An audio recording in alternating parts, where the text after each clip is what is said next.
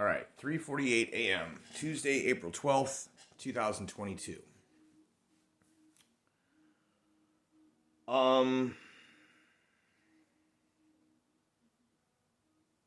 So to follow up on some previous videos from the last couple of weeks, on the political and war front,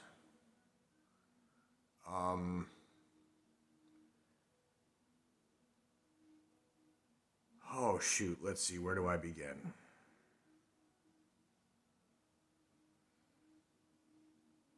The battalion that everyone says is just a small group of people is a dedicated branch of a military organization. This branch has existed nonstop since World War II. What that means is that these are not neo-Nazis. They are Nazis.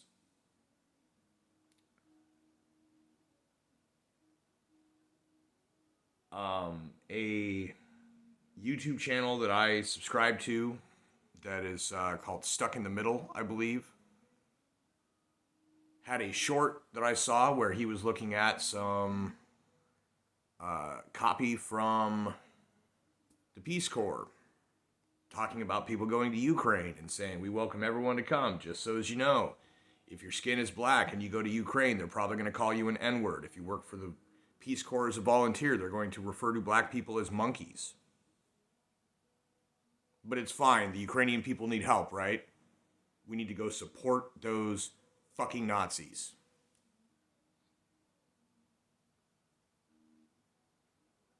I cannot, with any certainty, say that I believe any of the stories in the news. I don't believe it. I don't believe pretty much any of it. Either they're staging a war or they're inflicting casualties and claiming it's Russia.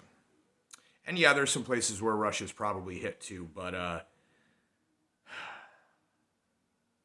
in and amongst the fog of war, you see a few things here and there. A lot of people not being allowed to leave the conflict areas, even though they are civilians, as a result. And what I mean by that is that the Azov were not letting people leave the separatist areas that were going to be part of a war.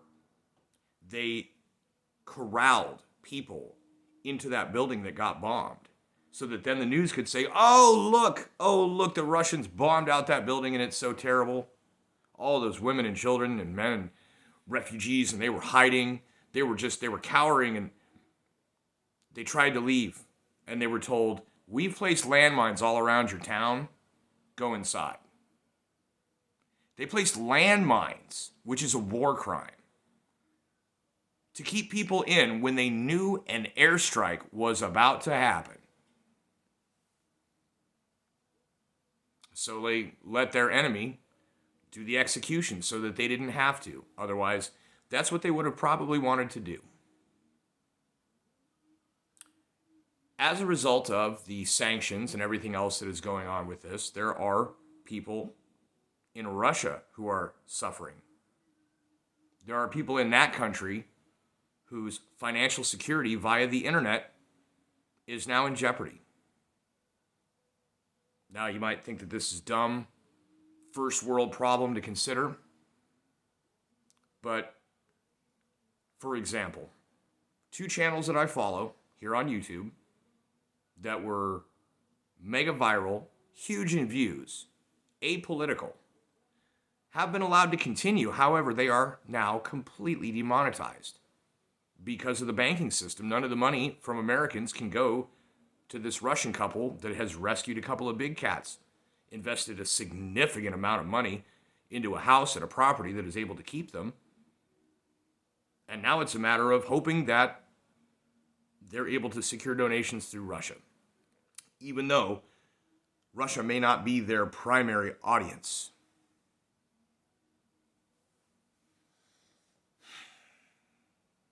So ultimately, from my point of view,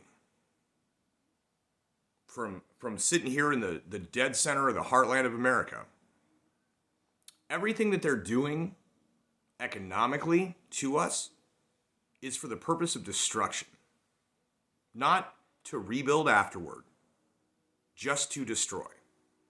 Yeah, they're going to talk about rebuilding, but I don't believe that that will ever happen.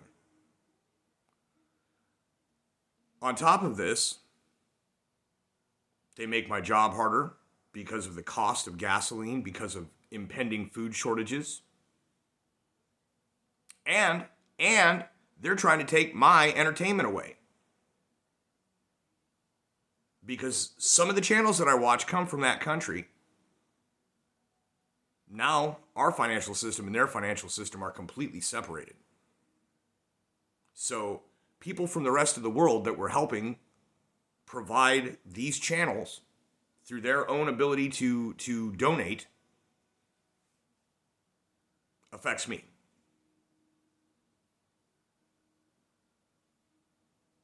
In a sense, the Nazis in Ukraine affect me in that the people who were installed into the so-called elected positions that are currently running our country into the ground have their money laundering operation in that country.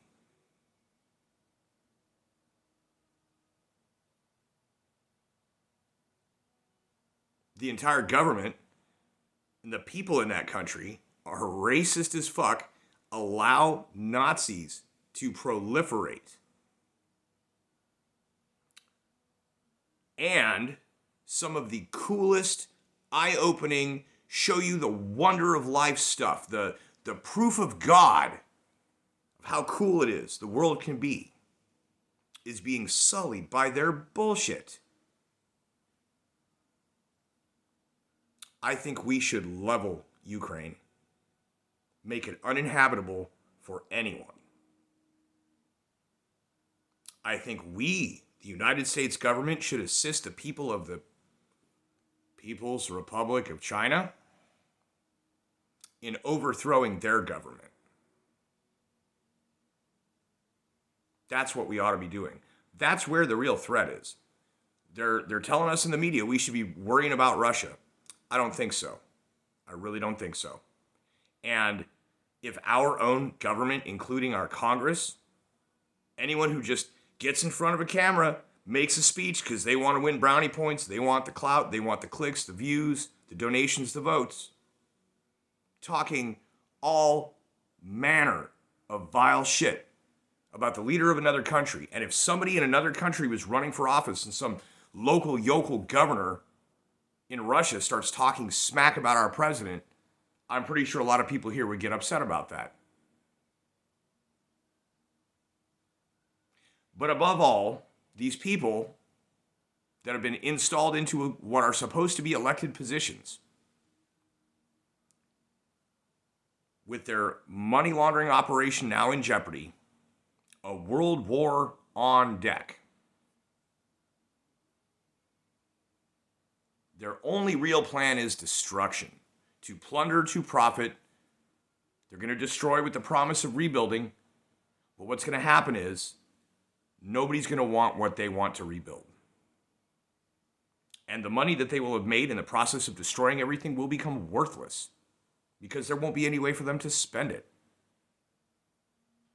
It's kind of like becoming a billionaire in Grand Theft Auto, but not being able to do a single thing with that money in the real world.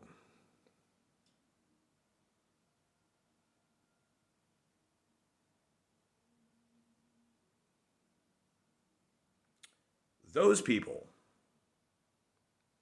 have convinced the weak-minded to root for a country populated by racists, governed and guarded through military by actual Nazis who have been practicing that ideology ever since World War II. See, when they say neo-Nazis, you're talking about people who have no connection to the original Nazi party doing their own impression of Nazis. That battalion in Ukraine has been in operation ever since. They venerate a World War II general as their founder. And this group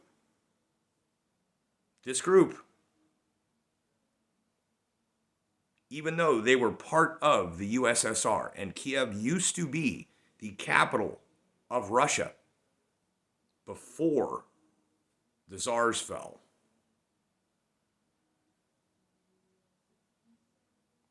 In World War II, they joined, even though they were part of USSR, and the rest of them were initially allied with Hitler until Hitler decided to try and attack the Soviet Union.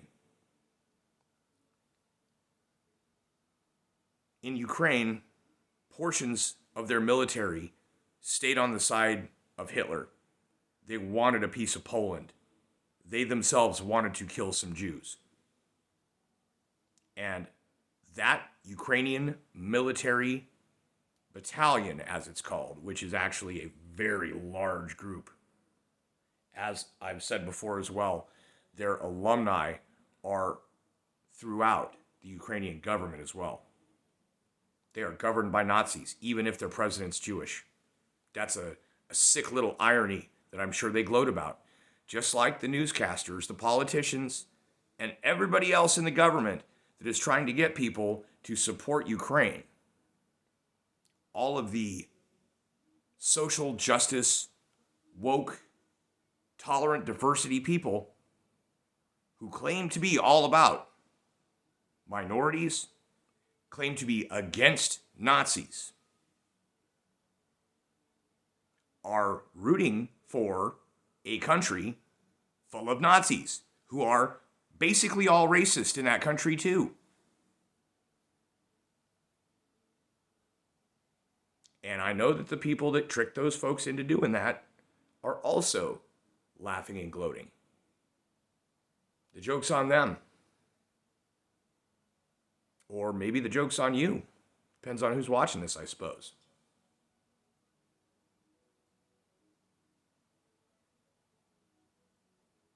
The Peace Corps pamphlet says, feel free to volunteer in Ukraine. If you're black, understand they're going to call you the N-word. They're going to call you a monkey. This does not sound like a place worth saving.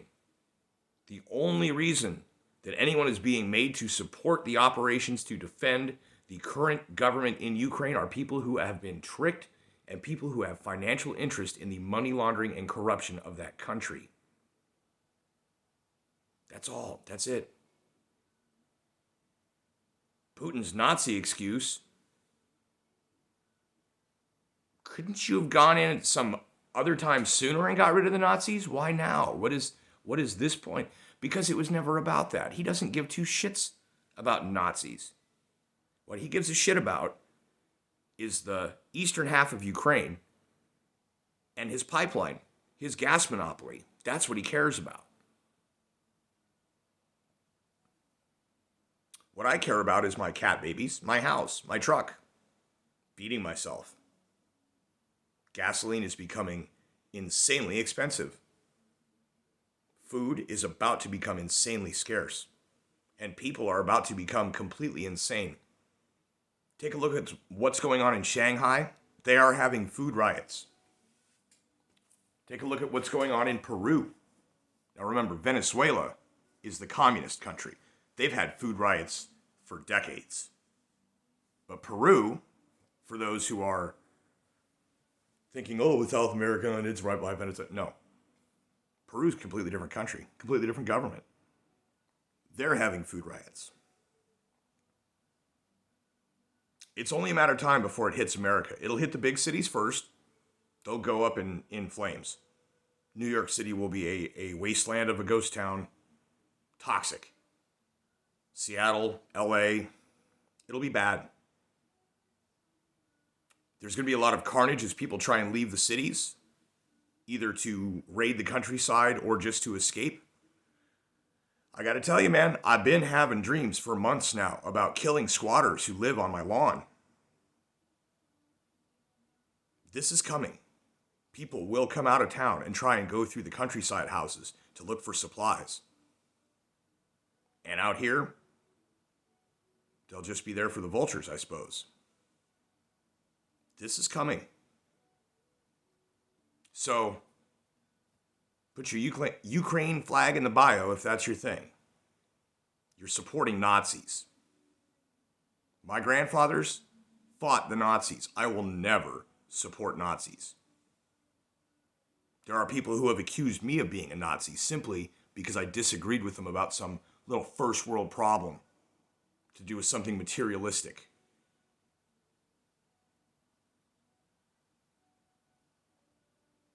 This is what we're looking at, guys. This is what we're looking at. So, don't say you weren't warned. Don't pretend like you didn't know that there are Nazis in the world, just like there are slaves in the world now. More slaves in the world now than ever before. Many of whom, most of whom, aren't black. But there are literal trafficked humans forced to do whatever it is that they're being forced to do, be it manual labor or sexual labor. There are more slaves alive in the world now than ever before. And there are Nazis right underneath Europe's nose, and have been ever since World War II. And through pandemic lockdowns, through hyperinflation because of the stimulus checks, because of the protests that lead to food shortage and supply line shortages, because of the completely and utterly inept government that we have right now at every level. The supply chain is disrupted. Everything gets more expensive. Everything gets harder to come by. And we are this close to a precipice where the slope that we're sliding down just drops. I'm not even going to be like, I'm ready. Are you? I don't know if I'm ready for it. If it happens when it happens, I will attempt to survive. I will attempt to put all of the knowledge that I possess to good use.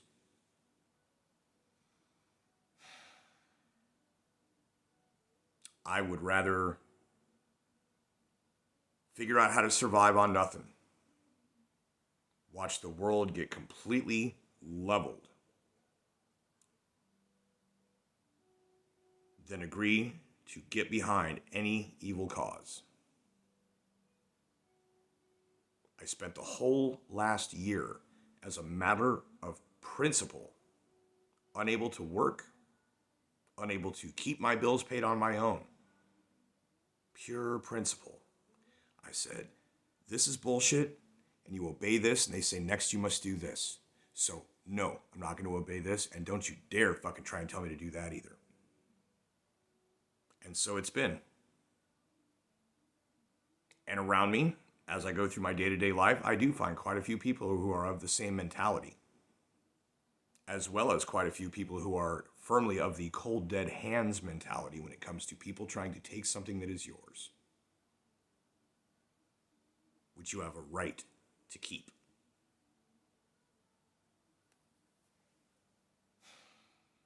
It's going to turn Wild West. It's going to turn Dark Tower Wasteland. It's going to be worse than anyone can imagine. And I don't know, man. You've been warned. You've been urged. You've been advised. Be ready. Prepare. Don't panic. But be ready. And I don't know. I'm sure maybe there will come a point in the future where people who have mocked me for wanting to be ready for, any number of possible outcomes to decline them any assistance should I find them along the road. Or should they show up at my house uninvited after the shit has hit the fan, we'll gladly kill them all.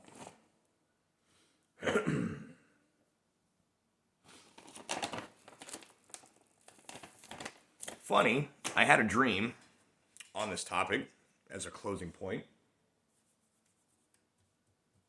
about a month before. Let me restart. I had a dream. In this dream, to start with, I was taking walks down my road. Down the road, for some reason, crossing the creek was all of a sudden in North Korea. And it was very interesting, having to hide, seeing whatever was going on. I don't fully understand this part of the dream.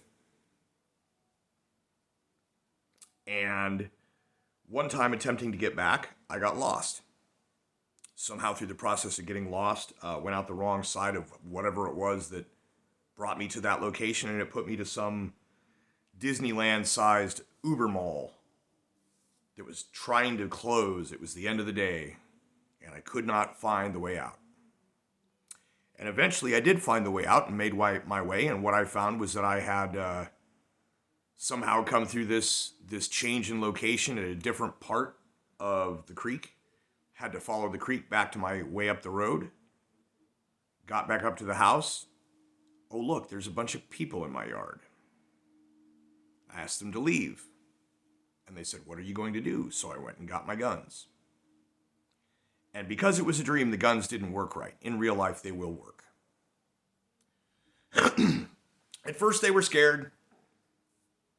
And after a while, they began to mock me because I couldn't get it to work right. And then this one famous actor, the one who proposed national divorce, the one who called Ron DeSantis some kind of, fucking pig or whatever, played Hellboy.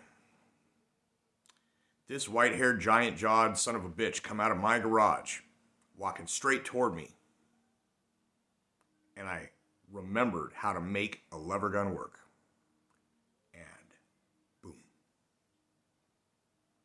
All them fucking commies that were on my lawn scattered. And commies they were.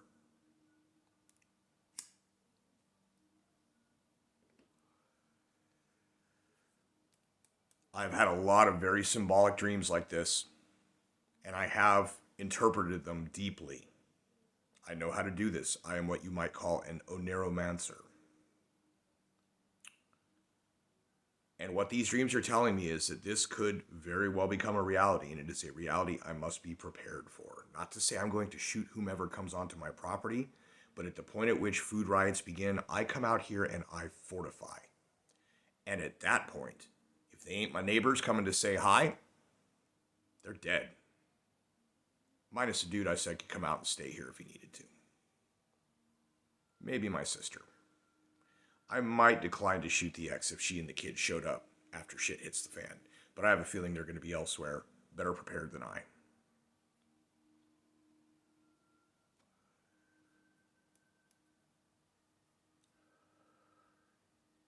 Ukraine is for grifters. And my property is a graveyard if it doesn't belong to you. Especially if the shit hits the fan. So, on that dark and morose note, I am praying that something better comes of this than that, but I fear that it is too late. We have passed a point of no return. There is no way to repair the damage. It must be allowed to fall. But what we rebuild, not what they rebuild, is something that could last.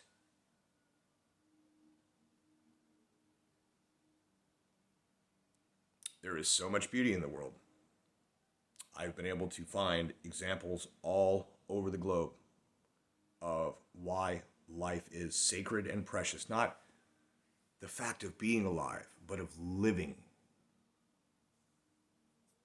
And you're hearing this from a guy who's basically been holed up in the bunker for 3 years now.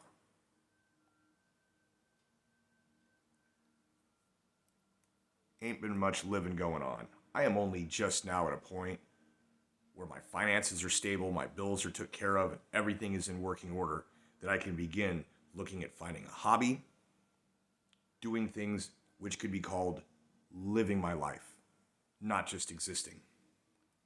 And just like every other time in my life that I felt like I had my ducks in a row, external forces do everything they can to destroy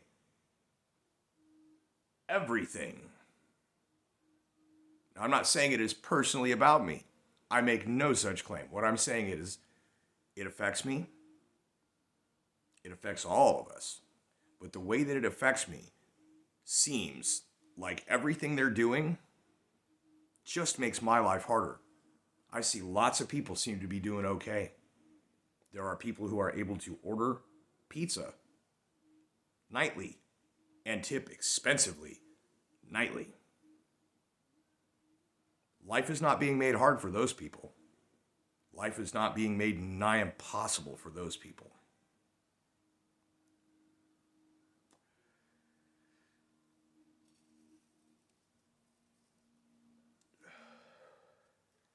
I guess in terms of a symbolic statement,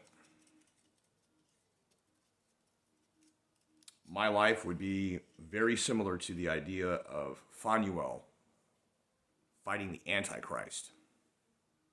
One seemingly powerless or very minor individual who is nonetheless in a direct head-to-head with the global beast. I make no such claim to fame or anything like that, but it sure as fuck feels that way.